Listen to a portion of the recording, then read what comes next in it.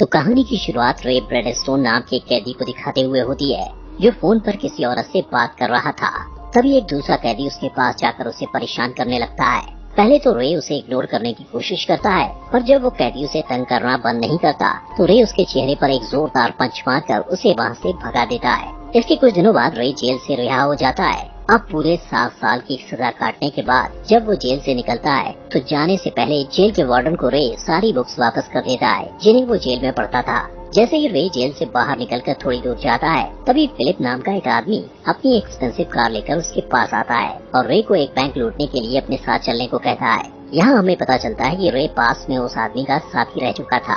Philip रे को बार बार bank में चोरी करने के लिए मनाने की कोशिश करता है। ये सब सुनकर रे चलते चलते रुक जाता है और फिलिप को उसकी कार चलाने के लिए पूछता है, जिससे फिलिप को लगता है कि शायद वो उसकी बात मान गया। फिलिप रे को ड्राइविंग सीट देने के लिए कार से उतर जाता है, लेकिन तभी रे फिलिप को वहीं छोड़कर कार को चलाते हुए दूर निकल जाता है और अपने घर पहुंचकर वो अपनी वाइफ और बेटी की फोटो देखने लगता है। रे बहुत खुश था कि अगले दिन वो अपनी फैमिली से मिलने जाएगा, क्योंकि काफी लंबे समय तक जेल में रहते हुए उसने फैसला किया था कि अब वो एक अच्छा इंसान बनेगा और अपनी सारी बुरी आदतों को छोड़ देगा। अगले दिन रे अपनी वाइफ लिन और बेटी सैली से मिलने के लिए उनके घर जाता है। काफी सालों बाद रे को देखकर उसकी वाइफ खुश नहीं थी। उल्टा वो रे को कहती है कि अब वो उसके साथ नहीं रहना चाहती, क्योंकि लिन को लगता है कि रे एक बहुत ही गैर जिम्मेदार और भरोसे के लायक इंसान नहीं है, क्योंकि उसने अब तक एक पति और बाप होने की जिम्मेदारी को सही से नहीं निभाया था।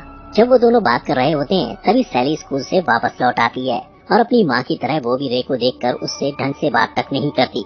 इसके बाद लिन और सैली घर के अंदर जाते हुए रे के मुंह पर ही दरवाजा बंद कर देते हैं। नेक्स्ट डे रे सैली के स्कूल जाकर उससे माफी मांगता है कि अब मैं पहले जैसा बुरा इंसान नहीं रहा, मैं अब अच्छा इंसान बनकर दिखाऊंगा। पर सैली अब भी उससे नाराज थी। तभी सैली चुपचाप वहाँ से चली जाती है, लेकिन अचानक रे को वहाँ पर कुछ पटाखे फूटने की आवाज सुनाई पड़ती है और जब वो उस आवाज की तरफ जाता है तो देखता है कि कुछ लड़के आपस में लड़ रहे थे। वो उन लड़कों को लड़ने से रोक देता है और उन्हें प्रिंसिपल के पास भेज देता है। वहाँ रे की मुलाकात सैली की क्लास टीचर मिस मिलर से होती है और वो दोनों एक दूसरे को अपना इंट्रोडक्शन देते हैं। रे के इस अच्छे बर्ताव और बात करने के तरीके से इम्प्रेस होकर मिस मिलर अगले हफ्ते होने वाले म्यूजियम टूर के लिए रे को बच्चों की सुरक्षा के लिए उनके साथ चलने के लिए कहती हैं, जिसके लिए रे तुरंत मान जाता है, क्योंकि उसे लगता है कि सैली के साथ दोस्ती करने का ये अच्छा मौका है। उसी शाम फिलिप रे के घर आता है और उसे दोबारा बैंक में चोरी करने के लिए उनकी टीम में शामिल होने के लिए कहता है, लेकिन रे पहले की तरह इस बार भी उसे ऐसा करने से इनकार कर देता है। रे गुस्से में फिलिप को कहता है कि पिछली बार तुमने मुझे धोखा दिया था, जिस वजह से मुझे पूरे 7 साल जेल में सड़ना पड़ा। अगले दिन रे फिर से अपनी वाइफ लिन को मनाने के लिए उसके घर जाता है, पर इस बार उसे लिन का नया पति मिलता है। तभी लिन और उसका नया पति रे के सामने ही एक दूसरे को किस करने लगते हैं, जिससे रे को मन ही मन बहुत गुस्सा आता है। लिन के नए हस्बैंड के जाने के बाद रे लिन को फिर से समझाने की कोशिश करता है कि अब मैं बिल्कुल ही बदल गया हूँ, मैं पहले के जैसा बुरा इंसान नहीं रहा, अब मैं तुम दोनों का अच्छे से ख्याल रखूंगा। लेकिन लिन उससे कहती है कि तुम्हारे पास कोई भी जॉब नहीं है तो तुम घर का खर्चा कैसे चलाओगे। यहाँ पर रे को रियलाइज होता है कि लिन को पैसा चाहिए, इसलिए वो जॉब के लिए कई सारी कंपनीज में इंटरव्यू देने जाता है। अब क्योंकि रे का क्रिमिनल रिकॉर्ड था, जिसे देखकर उसे सभी जगहों से रिजेक्ट कर दिया जाता है। ऐसे ही एक दिन जब रे अपने अपार्टमेंट में वापस आ रहा होता है तो वो देखता है कि उसके अपार्टमेंट में आग लग गई, जिससे उसका सारा सामान जलकर राख हो चुका है। अब उसके पास कोई और चारा नहीं था, इसलिए वो बैंक में डकैती डालने के लिए फिलिप की टीम को ज्वाइन कर लेता है। कुछ दिनों बाद फिलिप, रे और उनके 2 साथी कार में बैठकर बैंक की तरफ डकैती डालने के लिए जा रहे होते हैं। जब वो बैंक तक पहुंच जाते हैं तो फिलिप और उसके 2 साथी अपने चेहरों पर मास्क पहनकर पीछे के दरवाजे से बैंक के अंदर घुस जाते हैं। वहीं रे को कार में बैठे रहने को कहा गया था, इसलिए वो वहीं बैठकर उनके लौटने का इंतजार करता है। तभी अचानक उसकी नजर उसकी बेटी सैली और उसकी क्लास के दूसरे बच्चों पर पड़ती है, जो म्यूजियम टूर के लिए एक बस में चढ़ रहे थे। उसी टाइम रे अपनी बेटी सैली की तरफ देखता हुआ पास में सैली के साथ बिताए हुए खूबसूरत पलों को याद करता है, जिससे उसे एहसास होता है कि अब जो वो करने जा रहा है वो बहुत ही गलत काम है और उसे ये नहीं करना चाहिए। इसलिए वो कार से बाहर निकलकर कार की चाबी को झाड़ियों में फेंक देता है और स्टूडेंट्स की बस में सवार होकर मिस मिलर को कहता है कि मैं बच्चों की सेफ्टी करने के लिए तैयार हूँ। वहीं सैली अपने डैड रे को देखकर बहुत गुस्सा होती है और उससे बस से उतर जाने के लिए कहती है, लेकिन रे को लगता है कि अगर वो वहाँ से चला गया तो अपनी बेटी को हमेशा के लिए खो देगा, इसलिए वो सैली की बात को इग्नोर करके वहीं बैठा रहता है। दूसरी तरफ फिलिप और उसके साथी बैंक लूट कर वापस कार में आते हैं तो देखते हैं कि रे वहाँ नहीं है और कार की चाबी भी गायब है। अब पुलिस से पकड़े जाने के डर से वो लोग वहाँ से भागने लगते हैं। जिनमें से डेल नाम का एक चोर भागते हुए एक बस से टकरा जाता है और उसका पैसों से भरा हुआ बैग नीचे गिर जाता है। तभी वो पकड़े जाने के डर से उस बैग को वहीं छोड़कर भागने लगता है, लेकिन कुछ पुलिस वाले उसे पकड़कर अपने साथ ले जाते हैं। इसी दौरान फिलिप अपने दूसरे साथी गोल्डी के साथ एक कार चुराकर वहाँ से भाग रहे होते हैं कि तभी उनकी नजर रे पर पड़ती है, जो स्कूल बस में बैठा हुआ था। अब उसके धोखा देने की वजह से वो लोग बहुत गुस्से में थे और उस बस का पीछा करने लगते हैं, पर एक्सीडेंटली उनकी टक्कर एक ट्रक से हो जाती है, जिससे स्कूल बस वहाँ से आगे निकल जाती है। लेकिन फिलिप ने बस पर लिखा हुआ उस स्कूल का नाम पढ़ लिया था, जिससे फिलिप किसी तरह उस स्कूल में फोन करके ये पता लगा लेता है कि उनके स्कूल की बस आखिर जा किधर रही है। वहीं डेल को जब होश आता है तो वो खुद को एक हॉस्पिटल में पाता है। तभी वहाँ 2 पुलिस वाले आते हैं जो उससे बैंक डकैती के बारे में पूछताछ करते हैं। डेल से पूरी जानकारी लेने के बाद पुलिस वालों को पता चलता है कि पैसों का बैग एक स्कूल बस में है, जो कि उनके चोरी करते टाइम वहीं बैंक के पास ही कहीं खड़ी थी। वहीं दूसरी तरफ रे सभी स्टूडेंट्स के साथ म्यूजियम में पहुंच जाता है, लेकिन वहाँ सभी स्टूडेंट्स को पता चलता है कि जो टूर गाइड उन्हें इस म्यूजियम को घुमाने वाला था वो बीमार होने के कारण नहीं आ सका। यहाँ रे नहीं चाहता था कि उसकी बेटी म्यूजियम में बोर हो, इसलिए वो खुद स्टूडेंट्स को वॉलंटियर और गाइड करने के लिए तैयार हो जाता है। क्योंकि उसने जेल में रहते हुए म्यूजियम और एनिमल्स के बारे में बहुत सारी बुक्स पढ़ी थी, इसलिए उसे इन चीजों की अच्छी खासी जानकारी थी।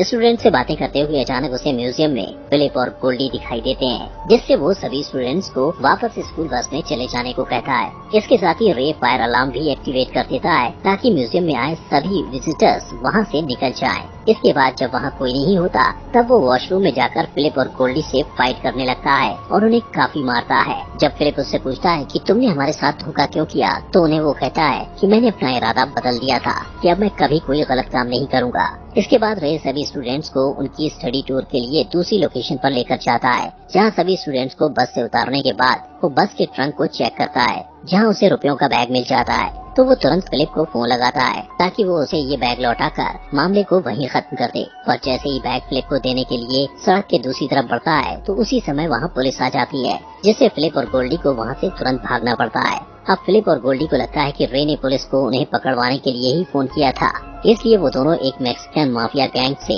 रे को पकड़ने के लिए उसकी हेल्प मांगने चाहते हैं। वहीं रे बस से स्टूडेंट्स को लेकर एक होटल में चला जाता है। यहाँ पर उन्हें आज रात के लिए रुकना था। मिस मिलर सभी स्टूडेंट्स को अपने अपने रूम में जाने को कहती है। यहाँ पर रे उन पैसों के बैग को लेकर अपने रूम में जाता है और वहाँ से फिलिप को फोन लगाकर कहता है कि तुम लोग इस होटल में आकर अपना पैसा लेकर जा सकते हो और इस मामले को यहीं पर खत्म करो। लेकिन अब फिलिप को लगता है कि रे फिर से उन्हें डबल क्रॉस करेगा, इसलिए वो उसे किसी और सुरक्षित जगह पर पैसे लाकर देने को कहते हैं। रे फोन पर बात कर ही रहा था कि इतने में सैली वहाँ आ जाती है और अपने बुरे बर्ताव के लिए रे से माफी मांगती है। फिर दोनों बाप बेटी काफी दिनों के बाद अच्छे से मिलकर दिल की बातें करते हैं। कुछ देर बाद रे सैली को एक म्यूजिक स्टोर में लेकर जाता है और उसके बाद वो दोनों एक रेस्टोरेंट में बैठकर अपने सारे गिले शिकवे दूर कर लेते हैं। इसी दौरान होटल में कुछ डिटेक्टिव आते हैं और मिस मिलर से रे का पता पूछते हैं और उसे ये भी बताते हैं कि शहर में हाल ही में हुई बैंक डकैती में पुलिस को रे पर शक है कि उसका भी हाथ था इस चोरी में। ये सुनकर मिस मिलर काफी डर जाती है। उधर रे सैली के साथ वापस होटल की तरफ लौट रहा था।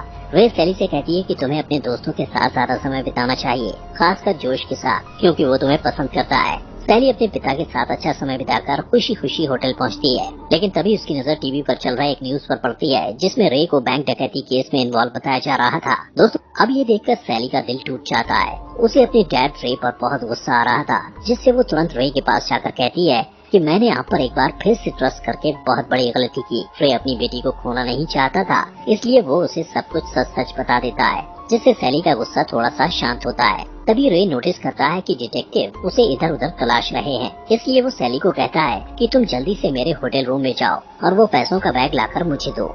अब जैसे ही सैली उसे वो बैग लाकर देती है तो रे उसे अपने दोस्तों के पास वापस होटल में जाने के लिए कहता है और खुद बैग लेकर फिलिप को लौटाने के लिए उसकी बताई हुई लोकेशन पर निकल पड़ता है।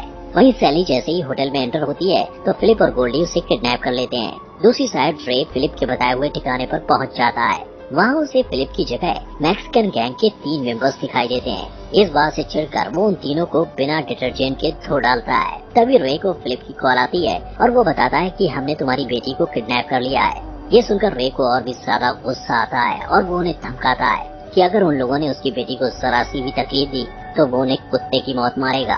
लेकिन फिलिप पर उसकी बात का कोई असर नहीं पड़ता और वो उसे एक सीक्रेट लोकेशन पर बुलाता है और कहता है कि हमें हमारा पैसा दे देना और हम तुम्हें तुम्हारी बेटी सौंप देंगे। रे तुरंत एक टैक्सी में बैठकर उस लोकेशन पर जाता है, जहाँ फिलिप ने उसे बुलाया था। वहाँ पहुंचकर रे टैक्सी ड्राइवर को कुछ रुपए देकर उसे समझाता है कि जैसे ही सैली टैक्सी में बैठेगी वो उसे लेकर वहाँ से दूर चला जाए। अब प्लान के मुताबिक सैली वहाँ से बचकर निकलने में कामयाब हो जाती है, पर जैसे ही वो होटल पहुँचती है उसे रियलाइज होता है कि उसके पिता की जान खतरे में है। वो अपने पिता की जान बचाने के लिए अपने मेल फ्रेंड की हेल्प लेने का फैसला करती है, जिसका नाम जोश, साइमन और पेनी था।